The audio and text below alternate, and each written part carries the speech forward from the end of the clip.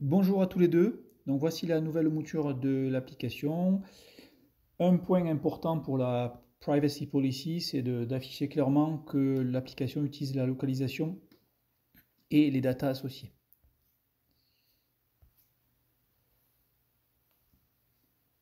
Donc là, ça nécessite quelques autorisations supplémentaires, notamment la permission d'afficher des choses sur l'écran par-dessus l'application. À partir de là, je vais cliquer sur ma sonde.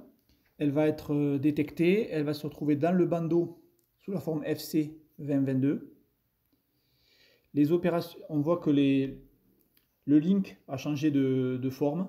Et là, une fois que la sonde sera connectée, on voit bien qu'à gauche, on a un affichage d'un téléphone avec une connexion. Donc à partir de là, on commence à capter les données. On voit que là en bas déjà, c'est mis à jour en termes de pH et température. Là, je lance la capture avec Play. Donc là, on voit que ça commence à enregistrer. On va avoir la confirmation par le pop-up que le premier élément a été enregistré. On le voit ici à l'écran. Voilà, donc là, c'est parti. Si vous voulez faire autre chose avec votre téléphone, il n'y a aucun souci. Donc l'idée, c'est d'appuyer sur le petit bouton rouge ici, puis de quitter l'application. Et là, ce bouton, vous pouvez le mettre un petit peu où vous voulez. Et pour y revenir, vous rappuyez dessus. Si vous voulez revenir à l'application, vous appuyez sur la petite molette en bas à droite. Voilà, donc là, on est en mode capture.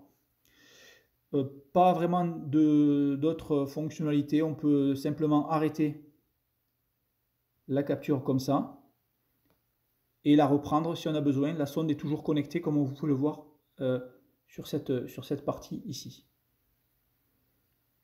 Et on voit bien qu'il a enregistré sur Google le dernier fichier. Si vous voulez faire disparaître ce petit panneau en bas, vous appuyez sur la croix et ça disparaît. Quand vous relancez la connexion, comme ça va repartir et ça va le réafficher. Et là, on peut repartir. Voilà, donc là, ça continue, ça relance un record sur un autre fichier, comme on peut le voir ici à l'écran. Le nom des fichiers est automatique. Vous pouvez néanmoins le modifier dans la partie supérieure de l'application.